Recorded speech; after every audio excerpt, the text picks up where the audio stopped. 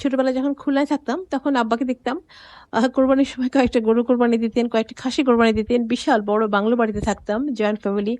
কাজিনদের সাথে অনেক বেশি মজা করতাম, অনেক বেশি এনজয় করতাম কোরবানি ঈদটা। গরু কোরবানি হচ্ছে, খাসি কোরবানি হচ্ছে, গোশ আসছে, ভাগ হচ্ছে নিজেদের জন্য, পাড়া প্রতিবেশীদের জন্য, মিসকিনদের জন্য। আম্মাকে দেখতাম বড় বড় পাতিলে 20 কেজি 25 কেজি গোশ রান্না করছেন, খাসি গোশ রান্না করছেন। মানে দেখে ভাবতাম কিভাবে এতভাবে আম্মা এত সুন্দর করে ম্যানেজ করেন। আম্মার কাছ থেকে তারপরে শিখে নিয়েছিলাম যে আম্মা শিখেছিলেন কিভাবে কিভাবে কি করতে হয়। তো আমি তো বলবো যে আল্লাহর অনেক রহমত থাকে এই কোরবানি গোশের মধ্যে, যার জন্য এই কোরবানি গোশের টেস্টটা অনেক বেশি ভালো হয়, ফ্লেভারটা সুন্দর হয়, অনেক বেশি বেশি স্বাদ হয় কোরবানি গোশটা। তো আমি রান্না করি আর আপনারাই রান্না করেন, কোরবানি গোশটা আসলে খেতে অনেক বেশি ভালো হয়। তারপরে আজকে আমি যে রেসিপিটা শেয়ার করছি সেটা হলো খুব একটা সহজ রেসিপি, যেটা আমার মনে হয় যে কোরবানি গোশটা হাতে মেখে রান্না করলে এবং একটু দমে অল্প দমে রেখে অনেকক্ষণ কষিয়ে রান্না করলে অনেক বেশি মজা হয়। তার জন্য বেশি কিছু করার কোনো দরকার নেই। আম্মাকেও দেখতাম যে ঈদের আগের দিন মসলা তৈরি করে রাখতেন। আমিও প্রতি ঈদেই ঈদের আগের দিন মসলা তৈরি করে রাখি। গরম মসলাটা বা যেকোনো মসলা তৈরি করে রাখি। জাস্ট কোরবানির দিন গোশটা আসলে মসলাগুলো সব দিয়ে হাতে মেখে একদম অল্প জালে অনেকক্ষণ ধরে কষিয়ে যদি রান্না করা যায়, গোশটা অনেক মজা হয়। সেই রেসিপিটি আজকে আমি আপনাদের সাথে শেয়ার করছি। তো আমার এই রেসিপি ফলো করি শুধু গরুর মাংসই না, গরু বা খাসি যেকোনো মাংসই রান্না করে দেখুন, খেতে কি অসাধারণ লাগে।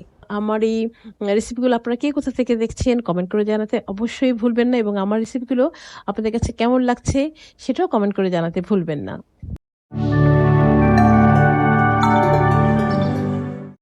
চুলায় একটা ফ্রাই প্যান বসিয়ে দিয়ে আমি ফ্রাই প্যানে কিছুটা তেল দিয়ে দিলাম। তেলটা হালকা গরম হয়ে আসলে আমি ওর মধ্যে দিয়ে দিচ্ছি পেঁয়াজ কুচি। পেঁয়াজটা আমি কুচি করে নিয়েছি। আর এই পেঁয়াজটা দিয়ে আমি পেঁয়াজ বেরেস্তা করে নিব, এবং এই বেরেস্তার মধ্যে আমি কয়েকটা শুকনা মরিচ দিয়েও বেরেস্তা শুকনা মরিচ একসাথে ভেজে নিব। তো আমার পেঁয়াজ বেরেস্তাটা করা হয়ে গেছে, দেখে বোঝা যাচ্ছে একদম সুন্দর বাদামি রঙের পেঁয়াজ বেরেস্তা হয়ে গেছে। অবশ্যই খেয়াল রাখবেন পেঁয়াজ বেরেস্তা যেন অবশ্যই পুড়ে না যায়। এখন আমি এই পেঁয়াজ বেরেস্তা শুকনা মরিচ ভাজিয়ে একসাথে একটা বাটিতে তুলে রেখে দিলাম। এখন আমি একটা স্পেশাল গরম মশলার গুঁড়া তৈরি করে নিব। এই জন্য একটা বাটিতে প্রথমে আমি এলাচ নিয়ে নিলাম, তারপর নিয়ে নিলাম দারচিনি, এরপর আমি দিয়ে দিচ্ছি জয়ত্রী, তারপর দিয়ে দিচ্ছি একটা জায়ফলের 1/4 ভাগ, এরপর দিয়ে দিলাম একটা কালো এলাচ, তারপরে আমি দিয়ে দিচ্ছি তারা মশলা 1 পিস, এর মধ্যে দিয়ে দিলাম কিছুটা গোলমরিচ, আর এরপরে দিয়ে দিচ্ছি কয়েকটা লবঙ্গ।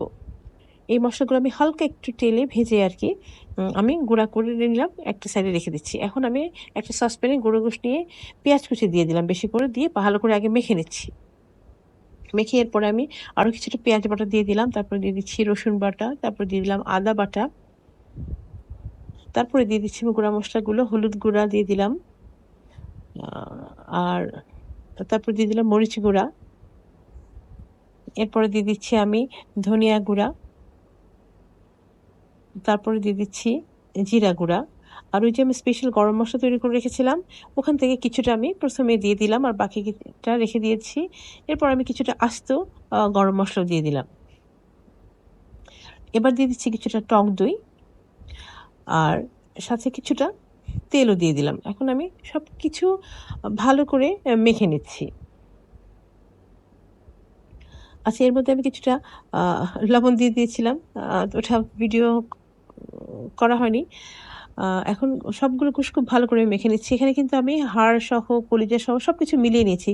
মানে এটা একটা কোরবানি গোশ যেহেতু আপনারা রান্না করবেন, এটা দেখাচ্ছি আমি, মানে সবকিছু মিলিয়েই কিন্তু আমরা রান্না করি। তো সবকিছু আমি খুব ভালো করে মেখে নিচ্ছি। সবকিছু ভালো করে মেখে আমি গোশটাকে কিছুক্ষণ একটু রেখে দিলাম। রেখে দিয়ে এখন আমি গোশটাকে চুলায় বসিয়ে দিলাম, দিয়ে আমি ঢেকে দিচ্ছি। এই গোশটা প্রথমে হাই হিটে আমি কিছুক্ষণ রান্না করে নিব, তারপরে মিডিয়াম আছে আমি ভালো করে নেড়ে চেড়ে কষিয়ে নিব।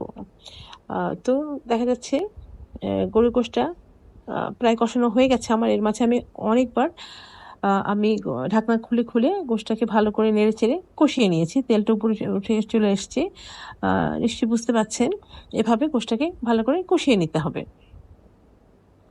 গোশটা কষানো হয়ে গেছে, এখন আমি এর মধ্যে দিয়ে দিব গরম পানি। অবশ্যই গরম পানি দেওয়ার চেষ্টা গরম পানিটাই দিবেন, ঠান্ডা পানিটা দিবেন না।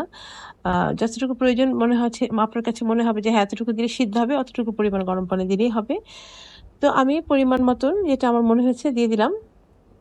আমি গরম পানি দিয়ে মিলিয়ে নিচ্ছি। মানে গরম পানিটা দেওয়ার পরে খুব ভালো করে একটু মিলিয়ে দিবেন সব মসলার সাথে। দিয়ে তারপরে আবার একটু ঢেকে দিতে হবে। খুব সুন্দর করে দেখা যাচ্ছে তেলটা উঠে এসছে, কষানো হয়ে গেছে, মসলাগুলো মিলে গেছে। গোশটা দেখতে খুবই লোভনীয় লাগছে। এখন আমি ঢেকে দিচ্ছি। ঢেকে আমি দমে রান্না করে নিব যতক্ষণ পর্যন্ত গোশটা সিদ্ধ না হয়। তো এর মাঝে আমি কয়েকবার ঢাকনা খুলে নেড়েচেড়ে দিয়েছি। গরুর গোশটা মোটামুটি সিদ্ধ হয়ে গেছে। আর আমার একটু টেস্ট করে মনে হচ্ছে লবণটা একটু কম হয়েছে। তো আমি এখন এই পর্যায়ে আরো কিছুটা লবণ দিয়ে দিচ্ছি।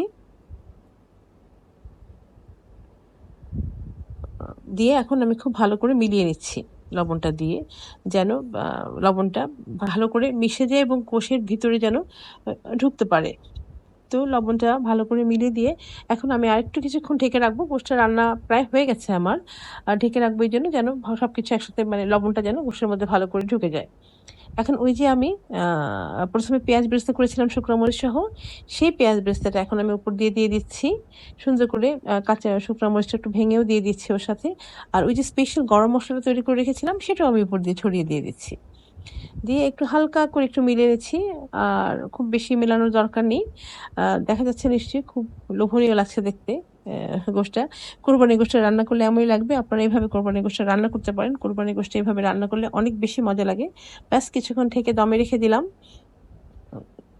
হয়ে গেল আমার গরুর গোশ রান্না। এখন জাস্ট পরিবেশন করার পালা। আমি একটা ডিশে গরুর গোশটা বেড়ে নিচ্ছি। দেখতে কত ভালো লাগছে তাই না? কত লোভনীয় লাগছে না? মনে হচ্ছে না ভিডিও থেকে বের করে নিয়ে এখনই খেয়ে ফেলি। ব্যাস হয়ে গেল। একদম খুব সহজে একটা গরুর গোশ রান্না করে ফেললাম। তো ভিউয়ার্স, আপনারা যারা ইউটিউবে আমার রেসিপিগুলো দেখেন, আমার ইউটিউব চ্যানেলটা অবশ্যই সাবস্ক্রাইব করে আমার পাশে থাকবেন।